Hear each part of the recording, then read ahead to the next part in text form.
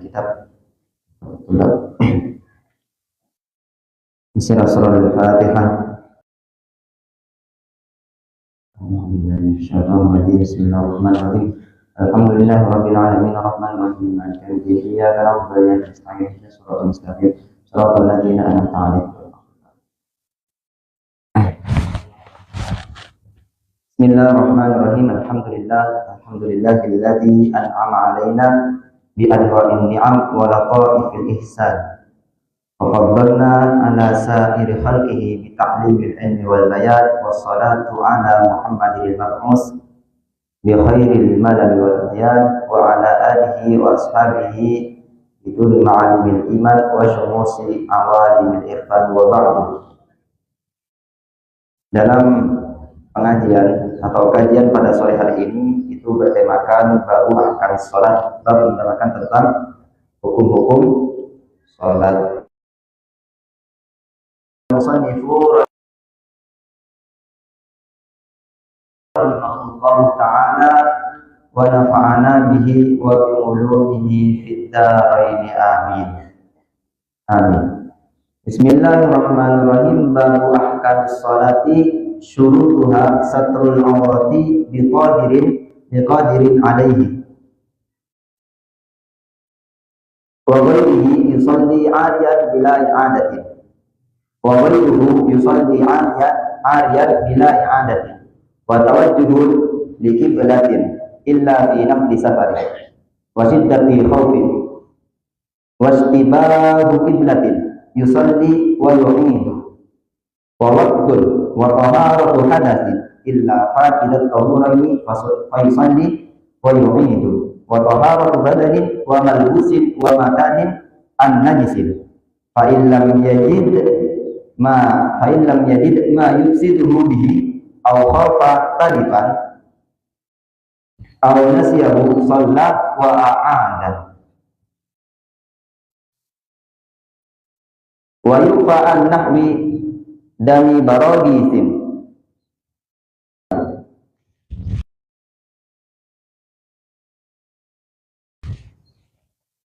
Bismillahirrahmanirrahim. Bab ahkamis sholat, bab menerangkan tentang hukum-hukum sholat. Syurutuha. Pertama di sini dijelaskan di dalam kitab ini tentang syarat-syaratnya. Jadi kalau kita mau mengetahui hukum-hukum sholat harus mengetahui syarat-syaratnya terlebih dahulu. Syarat-syaratnya sholat itu yang pertama satrul awrah. Satrul awrah bitahilin liqadirin alaihi. Yang pertama menutup aurat bitahilin dengan perkara yang suci, dengan pakaian yang suci, liqadirin alaihi bagi orang yang mampu. Untuk syarat sholat yang pertama di sini itu dijelaskan bahwasanya orang yang mau sholat itu harus menutup aurat, satrul aurat, menutup aurat. Dengan apa? Dengan perkara yang suci, dengan pakaian yang suci. Jadi kalau mau sholat pakaiannya harus suci, tidak boleh ada najis, tidak boleh terdapat mampu bagi orang yang mampu. Jadi andaikan di sana tidak mampu untuk menutup aurat, maka fala ba'sa lahu ayyusalli 'ariyan. Maka tidak apa-apa baginya untuk sholat dalam keadaan telanjang, dalam keadaan arian, tanpa baju. Mungkin ini terjadi jika di sana orang tersebut itu tidak memiliki pakaian sama sekali.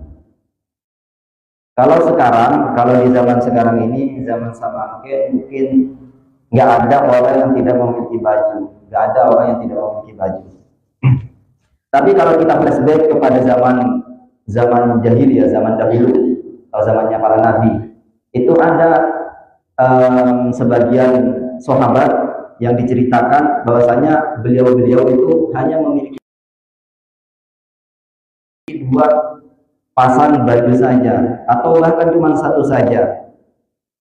Atau sahabat siapa?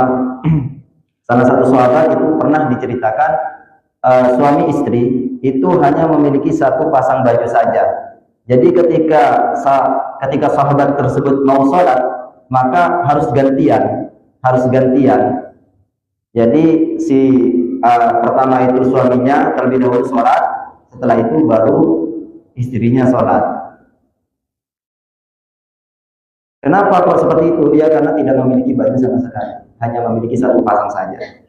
Nah, jadi andaikan di sana itu tidak memiliki baju sama sekali, maka di sana boleh melaksanakan sholat dalam keadaan arian, dalam keadaan telanjang. Tapi pernah kan kita menemukan atau melihat salah satu sekte dari agama Islam sendiri itu sholatnya itu dalam keadaan telanjang, dalam keadaan arian. Mungkin di sana itu memiliki indikasi kalau sholat itu tidak boleh berkaitan dengan duniawi, tidak boleh berkaitan dengan duniawi. Sehingga di sana mereka itu berpemahaman kalau sholat menggunakan pakaian, menggunakan baju itu tidak sah sholatnya. Kenapa? Karena di sana itu masih membawa dunia. Karena mereka itu menganggap bahwasanya pakaian yang seperti ini itu bagaikan dunia, seperti halnya dunia. Sehingga kalau dibawa sholat dapat membatalkan keabsahan sholat. Nah, sekte-sekte tersebut itu bukan berarti benar dalam ideologi. Tidak bisa diikuti. Karena dalam hukum-hukum sholat sendiri itu di dalam kitabnya itu sudah dijelaskan harus mengerti syarat-syaratnya terlebih dahulu. Syaratnya itu menutup aurat. Kalau sholat dalam keadaan telanjang bagaimana musah? Meskipun di sana itu dia memiliki pemikiran sholat itu tidak boleh berkaitan dengan dunia. Kalau berkaitan dengan dunia tidak sah katanya. Ya. Itu yang pertama, satrul aurat, menutup aurat bagi yang mampu. Terus lantas apa dalilnya? Dalilnya itu di dalam Quran surat Al-A'raf ayat 7, juz 7 ayat 31. Yang berbunyi khudhu zinatakum inda kulli masjid. Khudhu zinatakum inda kulli masjid, itu dalilnya. Mengapa diwajibkan menutup aurat dalam keadaan sholat? Wa ghairuhu yusalli 'ariyan, wa ghairuhu, dan selainnya, maksudnya selainnya di sini itu orang yang tidak mampu, yang tidak memiliki pakaian sama sekali. Wa ghairuhu. Tapi wa ghairuhu di sini itu lafadznya masih mengindikasikan kata umum. Jadi bisa di sana itu dia itu tidak memiliki pakaian atau memiliki pakaian tapi pakaiannya tersebut itu tidak bisa dipakai untuk sholat. Contohnya pakaian yang tidak bisa dipakai untuk sholat itu pakaian yang terbuat dari kulit apapun baik itu kulitnya sapi tapi dalam keadaan yang tidak disamak atau dalam keadaan berupa bangkai, sehingga di sana itu tidak bisa digunakan untuk sholat.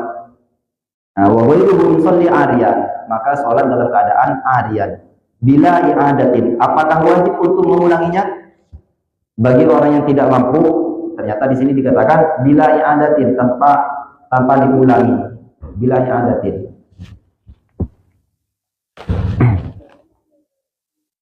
Terus syaratnya sholat yang kedua, wa tawajjuhun lil qiblah. Wa tawajjuhun lil qiblah, menghadap kiblat. Ini syarat utama. Kalau nggak menghadap kiblat ya mau bagaimana, mau sah bagaimana sholatnya? Orang syarat daripada sholat itu harus menghadap kiblat. Terus bagaimana sholatnya orang yang beperjalanan?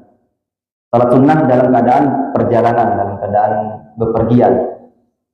Kan biasanya ada orang yang sholat tanpa menghadap kiblat. Nah, kalau orang yang sholat dalam keadaan perjalanan itu nggak apa-apa. Tapi sholatnya sholat sunnah bukan sholat wajib. Terus kalau perang, siddatil khawf, dalam keadaan perang itu juga nggak apa-apa. Karena siddatil khawf masuk ke dalam kriteria sholatil khawf, dalam keadaan takut. Wa tawajjuhun bil qiblah bis sadr, dadanya itu harus dihadapkan ke kiblat. Kalau mukanya enggak nggak wajib, tapi sunnah. Jadi yang harus dihadapkan ke kiblat itu posisi dada, bukan posisi wajah. Kalau wajah itu boleh nggak menghadap kiblat, boleh nggak menghadap kiblat. Tapi bukan berarti di sana itu boleh sebagaimana yang dilakukan anak-anak kecil ketika sholat. Bukan seperti itu. Andaikan di sana itu masih ada keperluan untuk menoleh, itu nggak apa-apa, nggak membatalkan, nggak membatalkan. Karena yang harus menghadap kiblat itu sodar, bukan hanya sodar saja. Di sana itu juga ada jari jemari kaki. Lil kiblat, ail ka'bah li sholatil qadir alaihi. Bagi orang yang mampu, tapi bagi orang yang nggak mampu seperti orang yang sakit, yang mana di sana itu tidak terdapat orang yang dapat membantunya untuk menghadapkan kiblat, maka sholatnya orang yang sakit tersebut itu tidak itu nggak apa-apa, nggak menghadap kiblat, boleh tidak menghadap kiblat.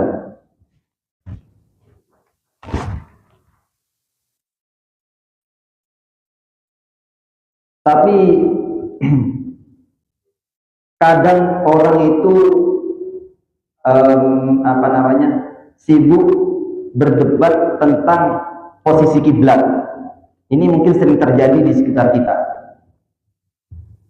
Ada yang mengatakan kalau di daerah sini semisal itu kiblat itu arahnya barat. Ada juga yang mengatakan bukan barat tapi agak ke pojok barat ke utara. Barat ke utara itu apa namanya? Barat daya. Barat daya. Laut. Barat laut. Oke. Ya, itu ada yang mengatakan bahwasanya kiblat itu bukan di barat tapi di barat daya atau di barat laut katanya Rawana Fatur. Di barat laut atau agak mojok ke samping gitu. Agak mojok ke samping kanan. Karena letak Indonesia sendiri itu ada di sebelah selatan, ada di sebelah selatan Ka'bah atau Mekah, ada di sebelah selatan Ka'bah. Kalau diluruskan, ini kalau diluruskan bertendensi dengan bumi bulat, yang mengatakan bumi bulat. Itu tata letak geografis Indonesia itu ada di sebelah selatan Ka'bah. Ada di sebelah selatan Ka'bah. Jadi kalau mau sholat itu harus memojok ke kanan atau memojok ke utara, barat tapi memojok ke utara. Lah, ini memang sering terjadi perdebatan antar kiblat, antar arah. Ada yang mengatakan barat, ada yang mengatakan barat daya katanya tadi. Nah, terus bagaimana solusinya? Katanya Gus Bahak itu ikut yang umum saja. Ikut yang umum saja. Umumnya itu bagaimana? Orang penduduk sini, penduduk Bawean semisal, itu kalau sholat menghadap barat, menghadap ke barat, yaitu yang diikuti. Nggak usah repot-repot untuk menentukan kiblat. Oh, kurang ke sana, nggak usah. Karena umumnya orang Indonesia kiblatnya ya barat, ya maka kita itu ikut barat. Ini bukan berarti tidak berdalil, ada dalilnya, ada taklidnya. Taklid kepada Imam siapa? Imam Ghazali. Ada di dalam kitabnya disebutkan nggak apa-apa bagi masyarakat Islam yang ternyata di sana itu kesulitan untuk menentukan kiblat yang sebenarnya, itu ya mengikuti kiblat pada umumnya. Ada juga yang mengatakan ini itu Mbah Bolong itu pernah didebat, oh ini masjidnya kurang tepat, ini arahnya itu kurang tepat ke arah kiblat, ke arah kiblat, sehingga perlu direnovasi kembali. Kalau direnovasi ya harus dirobohkan lagi. Parogot boleh kan, kalau parogot boleh harus menghabiskan uang yang lebih banyak lagi, seperti itu. Itu mudarat bagi orang-orang yang tidak punya uang. Mudarat itu. Sehingga di sana sama Mbah Bolong itu dibantah. Ya kalau nggak percaya coba bolongi saja itu. Atau Mbah Bolongnya sendiri yang membolongi area tertentu gitu. Dibolongi ternyata coba lihat itu ternyata ada kiblatnya, ada Ka'bahnya. Sehingga permasalahannya itu selesai, taslim. Itu syarat yang kedua, menghadap kiblat. Illa fi nafli safarin, kecuali sholat sunnah dalam keadaan bepergian. Kalau sholat sunnah dalam keadaan bepergian itu boleh nggak menghadap kiblat, boleh nggak menghadap kiblat dalam keadaan bepergian. Meskipun bepergiannya itu cuman sebentar saja, sedikit qasiran, walau kana qasiran, cuman dekat-dekat saja. Misal dari sini ke Masjid Al-Muttaqin itu kan jaraknya kan dekat. Anda kan mau sholat sunnah mungkin di sana itu punya keistiqomahan ba'dal maghrib atau qablal isya, ba'dal isya, dan waktunya itu mepet, maka nggak apa-apa sholat dalam keadaan tidak menghadap kiblat dan dalam keadaan bepergian.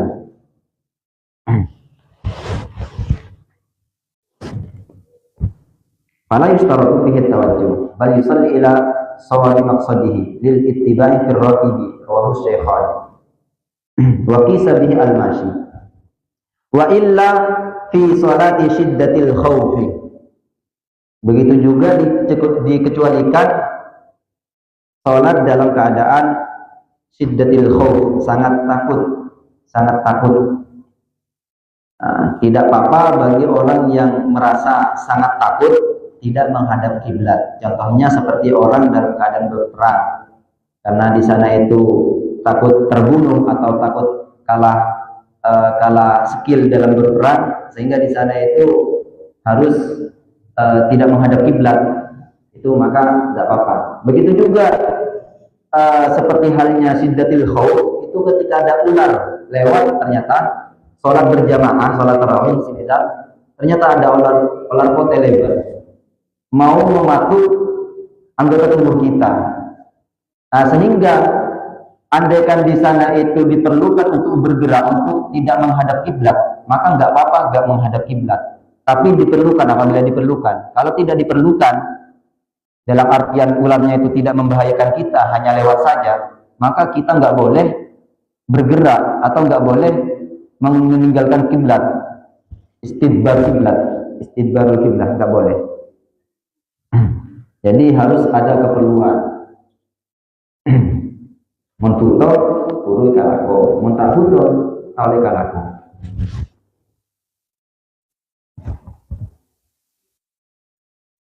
Wa illa fistibahil kiblati, Begitu juga tidak apa-apa enggak menghadap kiblat dalam keadaan istibahil kiblat, ketika ternyata di sana itu ada keserupaan antar kiblat, atau ada keraguan dalam menentukan kiblat. Contohnya kalau orang sekarang ini sudah ada kompas, sudah ada HP, jadi tidak bingung untuk menentukan kiblat. Tapi ini masalahnya itu kalau elektronik ini sudah dihapuskan di muka bumi ini, baru perkara-perkara yang seperti ini akan terjadi, akan diamalkan juga. Istibahul kiblat juga akan ada ceritanya. Ya, contohnya ketika tidak ada HP, tidak ada kompas, tidak ada alat-alat elektronik, sehingga kalau menentukan kiblat itu harus menentukan arah langit atau arah bintang, perbintangan, seperti ilmunya para nelayan, dengan tauhid. Kalau ke laut sudah tidak terlihat pulau sama sekali, jadi yang dilihat itu arah mata angin apa arah bintang.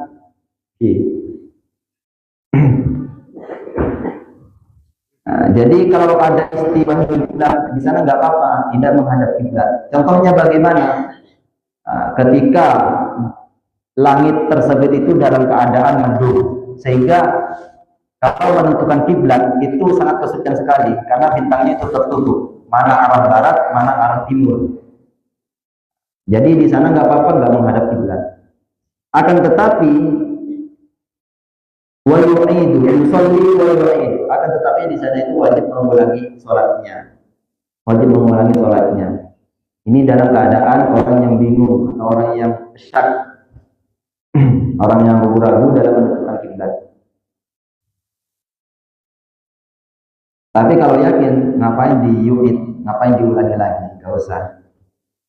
Waktu yang selanjutnya itu waktu yang ketiga. Ya, waktu dan waktu ini termasuk daripada syarat-syaratnya sholat. Pertama itu satrul aurat, menutup aurat. Yang kedua itu menghadap kiblat. Yang ketiga itu waktu. Waktu. Maksudnya waktu gimana? Ya sholat pada waktunya. Gitu. Sholat pada waktunya. Ay ma'rifatu dukhulihi, yakni mengetahui waktu masuknya sholat, yakinan aw dhannan, baik itu dalam keadaan yakin aw dhannan atau dhann.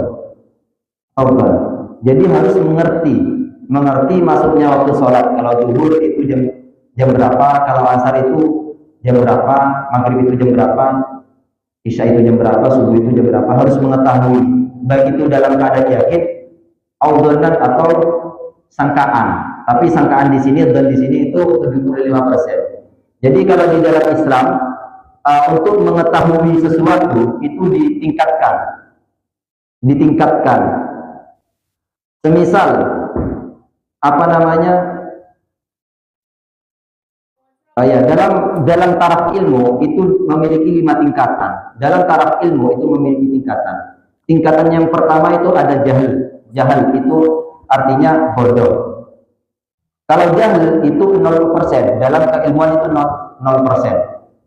Seperti contohnya, orang bisa dikatakan alim ilmu dalam membaca Al-Quran itu ketika dia itu fasih dalam membacanya. Maksudnya fasih, makharijul hurufnya itu tepat dan juga tajwidnya itu tepat. Itu yang dikatakan alimu tilawatul Quran. Al-alim yang ilmu, orang yang mengetahui atau orang yang bisa membaca Al-Quran. Tapi kalau jahil itu orang yang sama sekali tidak bisa membacanya. Bukan hanya membaca, nggak bisa, melihatnya saja itu dia agak aneh gitu. Apa ini? Nggak kenal sama sekali kepada Quran. Nah, itu yang dinamakan jahil. Jahil 0% dalam keilmuannya, 0%. Kemudian naik lagi ke tingkat yang selanjutnya, yaitu waham, 25%. 25% waham. Kalau waham itu bagaimana? Jadi kalau digambarkan dalam konsep orang yang bisa membaca Al-Quran, itu seperti halnya dia itu ya tahu kalau itu Al-Quran, tahu kalau itu Al-Quran. Oh, ini Al-Quran, dan bisa dibaca. Tapi cara bacanya, oh mungkin kayak gini, ini A, ini H, ini Kho, dan lain sebagainya. Tapi kalau disuruh baca Al-Quran itu nggak bisa. Nah, jadi tingkatannya itu ada 25%, itu waham. Dan juga tingkatan yang ketiga, syak. Orang yang ragu-ragu, 50-50 katanya bahasa Inggrisnya, 50-50, 50%. Orang yang mengetahui orang yang memiliki pengetahuan membaca Al-Quran dalam keadaan syak itu ya 50-50. Tidak tahunya itu 50% dan tahunya itu 50%. Jadi 50-50, seimbang gitu. Tidak tahu membaca Al-Quran itu 50%, tahunya 50%. Kalau ada orang yang menganggap bahwasanya orang yang bisa membaca Al-Quran itu orang yang dapat membaca 30 juz, dari juz 1 sampai 30, itu yang dikatakan orang yang bisa membaca Al-Quran. Kalau ada definisi orang yang bisa membaca Al-Quran seperti itu, maka orang yang asyad dalam membaca Al-Quran itu berarti dia bisa membaca Al-Quran sebanyak 15 juz saja. Sedangkan 15-nya yang lain, 15 juz yang lain itu tidak bisa membacanya. Itu yang dinamakan 50-50. Asyad dalam pengetahuan.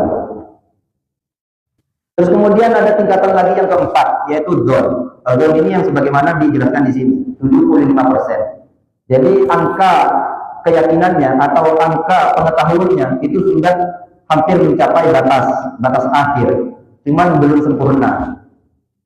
Atau bisa kita katakan 75% dalam mengetahui sesuatu. Itu don namanya. Nah, kalau don di sini itu sudah mencapai saat mengetahui waktu. Nah, semisal andaikan mau menentukan waktunya zuhur.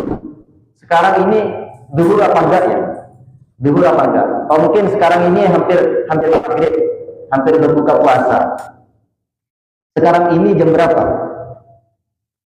Jam 5 lewat 25 menit. Ini kalau di daerah timur seperti contohnya Papua, mungkin di sana itu sudah menunggu buka puasa karena sudah dekat. Di daerah Papua atau di daerah Kiribati, ada daerah Kiribati itu kepulauan di timurnya Papua. Itu mungkin di sana itu sudah menunggu buka puasa. Tapi andaikan di sana itu tidak ada penentu waktu, tidak ada jam atau tidak ada imsaknya, atau bukan imsak, apa namanya, itu atau alarm sirine buka puasa. Andaikan tidak ada itu, mereka itu akan kebingungan apakah sekarang ini sudah masuk waktunya buka puasa atau tidak. Nah, ada mungkin sebagian seperti itu. Kemudian di sana ternyata ada don. Salah satu orang di sana itu ada yang don. Oh, ini sudah masuk waktunya buka puasa. Don, maksudnya don itu sudah 75% mengetahui bahwasanya waktu tersebut itu sudah masuk buka puasa, waktunya buka puasa. Maka orang yang seperti ini bisa diyakini atau bisa diikuti, bisa diterima pendapatnya kalau tingkat keilmuannya itu sudah mencapai taraf don.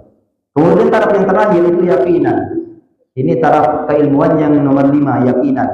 Kalau yakin berarti 100% dia itu mengetahui.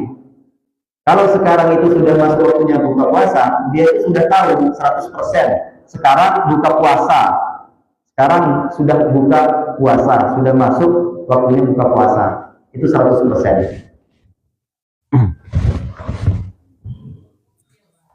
Itu tingkatan-tingkatan dalam keilmuan yang dipetakan di dalam usul apa namanya, usul fikih. Kemudian syarat yang selanjutnya taharatu hadatsin illa faqidat tahurun, yaitu suci daripada hadas. Sampai jam berapa pengajiannya? Sampai maghrib kita nih. Dari sana apa ya? Oh, kita nih. Pukul 6. Ya. Untuk pukul 5. Oke. Oke. Pukul 6.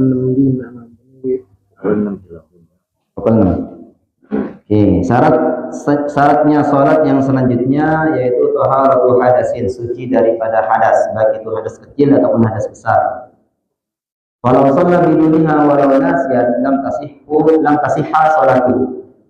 Andaikan barang siapa yang sholat tanpa taharatu hadas, tanpa kesucian, maksudnya dalam keadaan hadas, walau nasiat, meskipun itu lupa, lam tasihha sholatuhu, maka tidak sah salatnya. Taharatu hadasin, baik itu hadas besar ataupun hadas kecil. Ya. Illa faqidut tahuraini fa yusalli wa yu'id. Kecuali bagi orang yang kehilangan atau bagi orang yang tidak memiliki dua alat sesuci. Apa yang dinamakan alat sesuci itu? Apa yang dinamakan alat sesuci? Pak Nafatul, Rahman Fatul, nape alat sesuci itu? Engki. Aing. Nape boleh? Nya. Nape? Debu.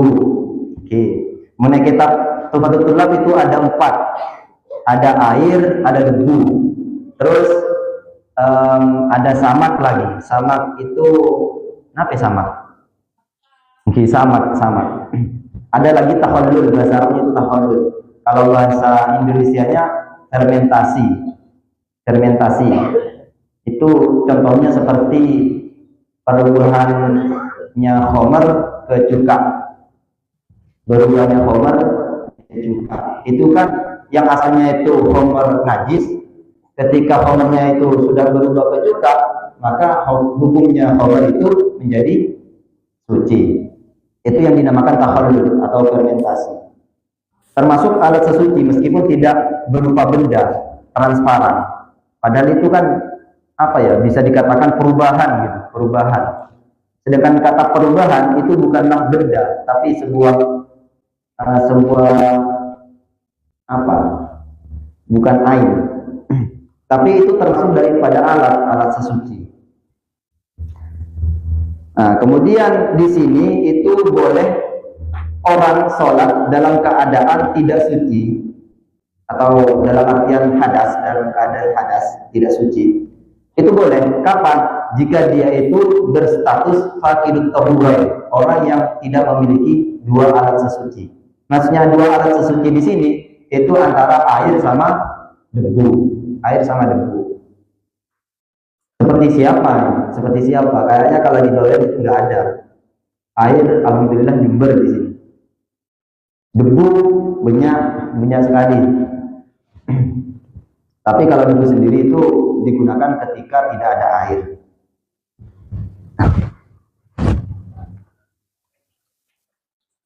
Maka boleh bagi faqidut tahurain itu sholat dalam keadaan hadas, baik itu hadas besar ataupun hadas kecil. Fayusolli wa yu'idu, akan tetapi wajib mengulanginya. Kapan? Ketika sudah menemukan air. Atau kalau tidak ada air, ketika sudah menemukan debu, maka wajib mengulangi sholat-sholatnya yang dia laksanakan ketika tidak memiliki 2 alat sesuci. Terus syaratnya sholat yang selanjutnya taharatu badanin wa malbusin wa makanin an najisin, yaitu sucinya badan, pakaian, tempat dan najis. Dari najis. Sucinya badan, pakaian, tempat daripada najis. Maka andaikan di sana itu ada salah satu dari komposisi ini ternyata ada najisnya, maka di sana itu tidak boleh atau tidak sah sholatnya. Tidak bisa melaksanakan sholat.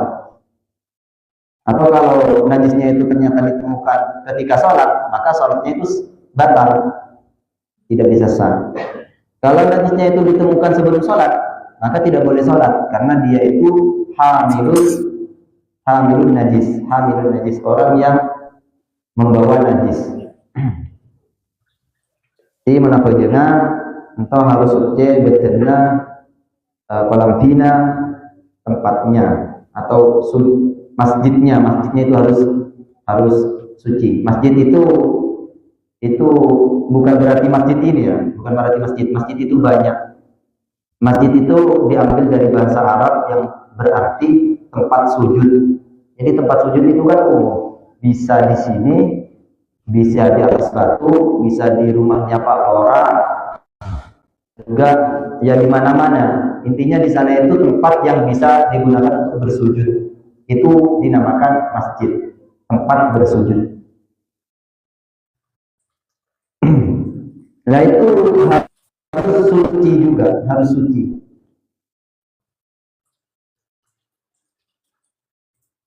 Di sana itu ada kotoran cicak misal, cek pangapola, mong acetna. Ternyata kekerka kolam bina orang asolat, orang asal aja. Bagaimana itu? Apakah sholatnya itu sah? Apakah batal? Batal sah salatnya. Mentanalkan berarti geger langsung langsung apa mental ke tempat lain.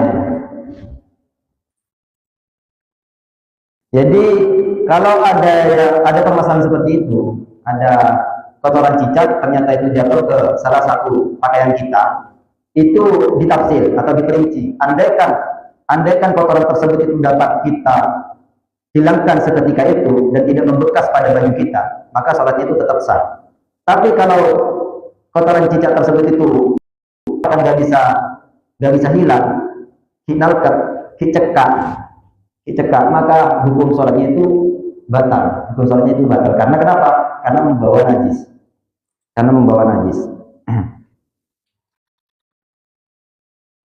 Sama mana aku camam? Sama.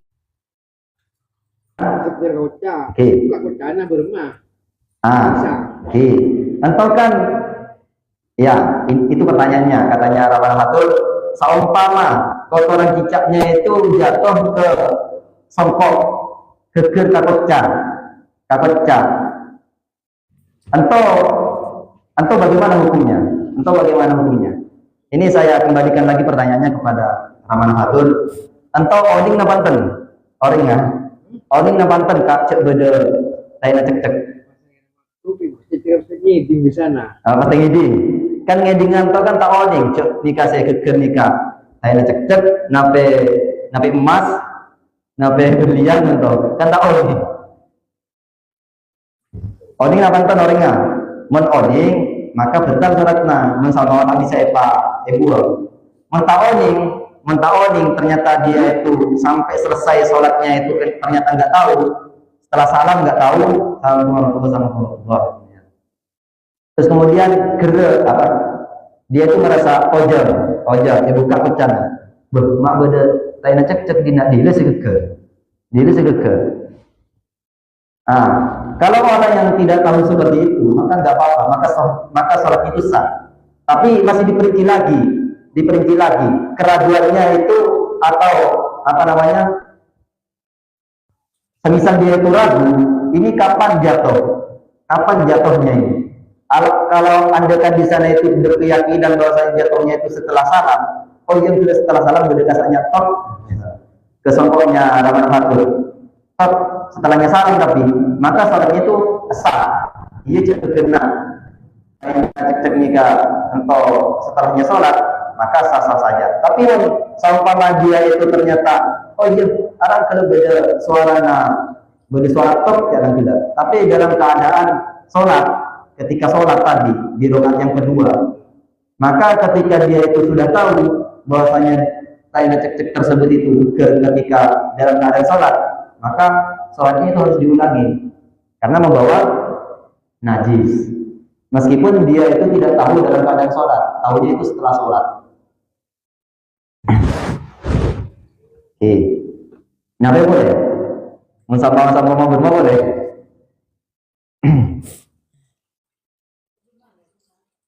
Jadi harus cek, betina harus cek, oleh berdeloka boleh. Di sekujur tubuhnya itu nggak boleh ada luka yang tersisa.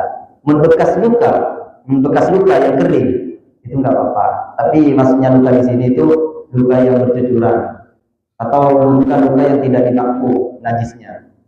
Kalau luka-luka yang dimampu najisnya seperti halnya darah putih, di sana orang labu, kemudian pengeras kolena terkelupas katanya kulitnya, pertamanya itu darah yang keluar, kemudian setelah darah itu ada cairan putih.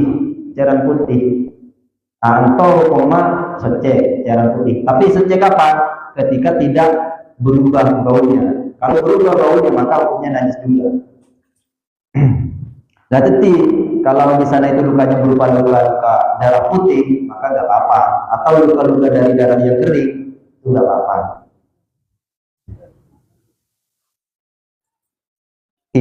Tapi boleh. Nanah juga itu najis. Terus berumah orang sakit, orang sakit, jadi burlabu atau orang yang butunan, butun, orang butun, totongbu, se sampama etakku atau kening kening tangko, gimana orang yang seperti itu?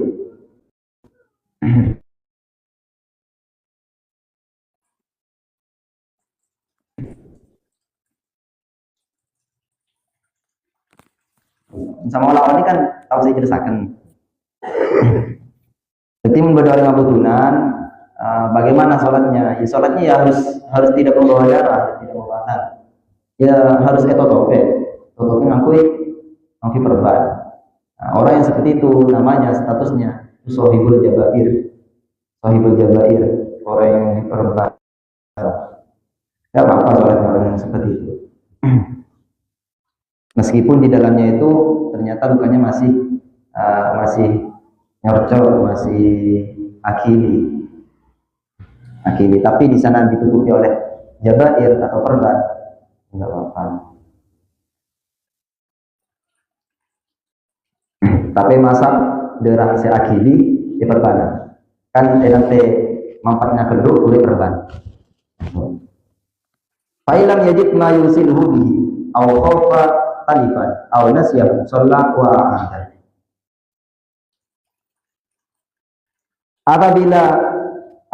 Apabila di sana itu tidak menemukan orang yang membasuhnya, atau di sana itu ternyata khawatir terjadi kerusakan, atau dia itu lupa adanya air, lupa untuk membersihkannya, sholat wa ada, maka dia itu harus melanjutkan sholatnya dan mengulanginya. Maksudnya gimana?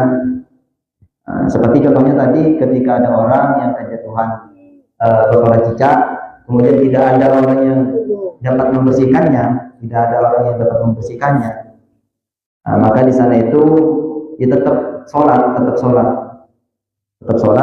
kemudian ada mengulanginya, sholatnya itu harus diulangi.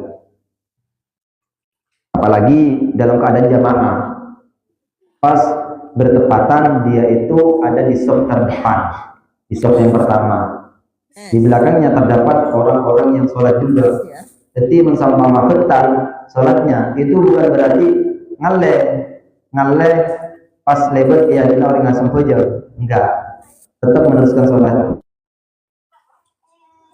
Katanya sholat wa ada, sholat kemudian mengulangi sholatnya, mulai tak buka sedai. Au khofa talifan, atau di sana itu takut rusak, khawatir terjadi kerusakan. Contohnya semisal apa ya, taharah badani wa makani, ada semisal ada sajadah ini ternyata terdapat najis di sana, terdapat najis yang baru datang, kegeran, lain cek boleh gelap contohnya. Kemudian andaikan di sana itu menghilangkannya, itu kan harus ekebes bangto. Tapi dia itu khawatir andaikan ekebes ternyata akan terjadi kerusakan di sana pada sajadahnya. Sedangkan sajadahnya itu sajadah yang paling dia sayangi, mungkin sudah bertahun-tahun lamanya dia itu bersama dengan sajadah tersebut, sehingga seakan-akan sajadahnya itu belahan hidupnya. Andaikan di sana itu khawatir, khawatir ketika di ekebes itu terjadi kerusakan, maka nggak usah ekebes, dibiarkan saja, tapi dia itu harus sholat, harus mengulangi sholatnya. Awanas yang atau dalam keadaan lupa tidak menghilangkan najisnya, maka harus mengulangi sholatnya. Wa yufa an-nahwi dari barogisin. Barogis atau apa? Cek dulu, cek Google. Sebelum terjemahan soalnya kitab kosongan. Barois.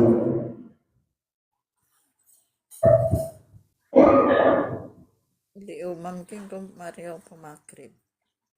Mari maghrib bisa. Barois itu apa ya? Mana Mbak? Apa bahasa dia? Wa yufa an-nahwi dari baroisin. Benirengi, menerangikan ba'udhu bahasa Arabna. Barois. Barois. Wa yufa an-nahwi dari baroisin. Darahnya barois. Kutu. Siapa bahasa Arab tau kutu, barois.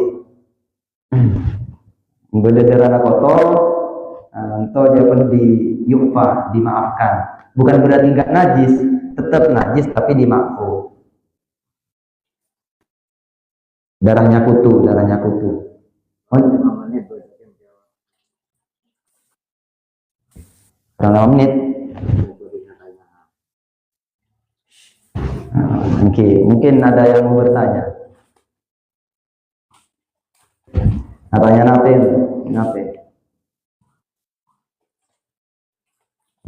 Modern narengi beremah. Modern narengi. Biasanya ketika sholat ternyata bederengi ngeke ternyata. Terus karena ketel tapor tuh kawas darah nakili. Bagaimana itu hukumnya? Kan membawa najis. Jadi dimaafkan. Oke. Dimaafkan. Kadamil basarat wa in kasuro. Basarat apa juga ini? Kalau basarat itu serangga, berarti masuk berarti. Rengi.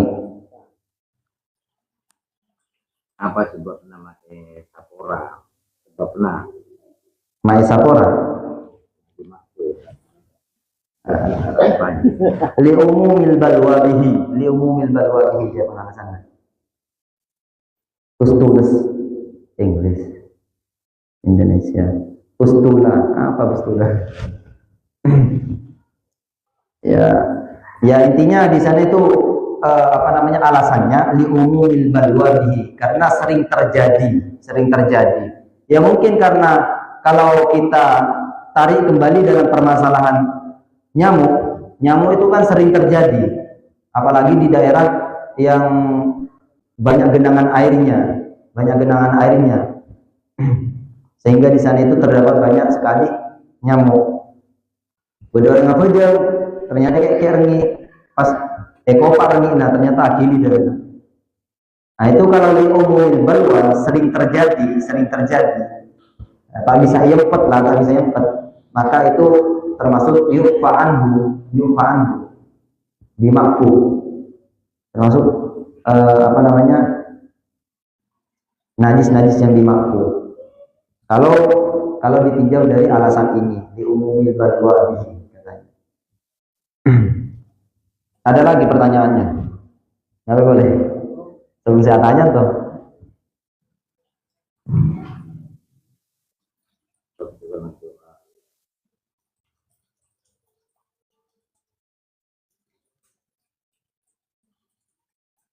Bermangkelang saumpama asolat ternyata di sana itu terdapat ular lewat.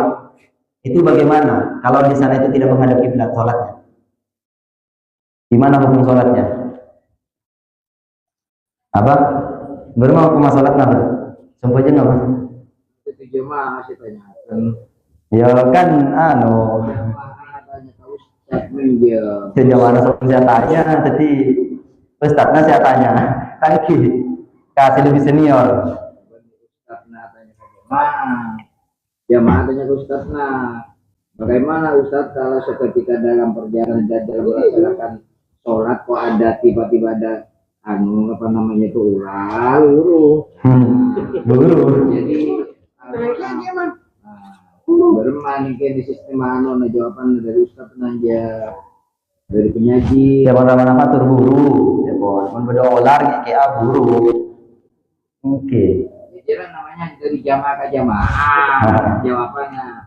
Ini jamaah saya tanya, Ustaz yang menjawab. Oke, jawabannya toh, jawabannya terpaksa. Jadi semua bodoh jamaah saya tanyain. Anu lah, nakror ya pembahasan itu nakror. Kan tadi kan ada penjelasan. Sholatil khauf, maka sholatil khauf itu nggak apa-apa nggak menghadap kiblat. Nggak apa-apa nggak menghadap kiblat. Jadi mun beda olar, pas buru memang itu diperlukan. Apa namanya kaburnya itu memang diperlukan. Maka nggak apa-apa di sana itu nggak menghadap kiblat. Tetap sah sholatnya. Andai kan diteruskan, andai kan di sana itu niat mufarokoh atau niat keluar dari sholat, maka sholatnya itu batal. Oh beda olar lah mafadala baik. Nah, semisal maka sholatnya itu seketika itu batal. Kenapa batal? Karena ada niatan mufarokoh atau ada niatan fokus sholat, memutus sholat. Niat itu bukan berarti harus diucapkan atau harus dilafalkan. Ketika di sana itu ada indikasi di dalam hati kita, oh beda olar. Kalau orang dari sholat takut dengan keke, maka itu batal sholatnya dalam apa seketika itu batal sholatnya. Oke, abilah betul. Oke. Karena waktunya sudah habis, mari kita membaca doa iftiraqul majlis bersama-sama. Doa. Bismillahirrahmanirrahim. Rabbi faj'al mujtama'ana ghayatuhu husnul khitam wa'tina ma qad sa'alna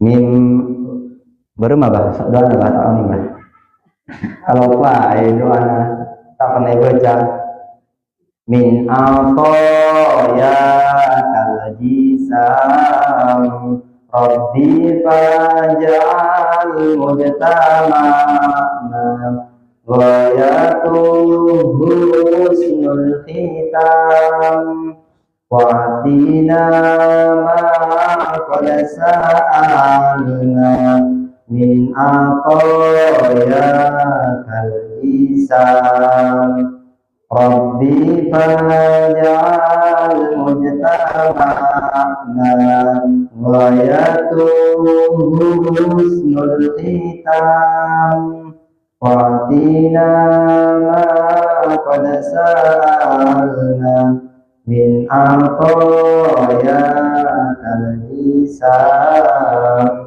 Allahu a'lam bishawab. Al-Fatihah.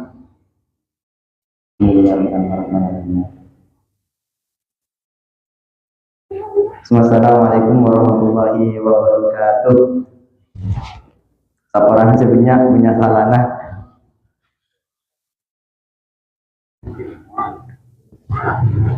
Nah,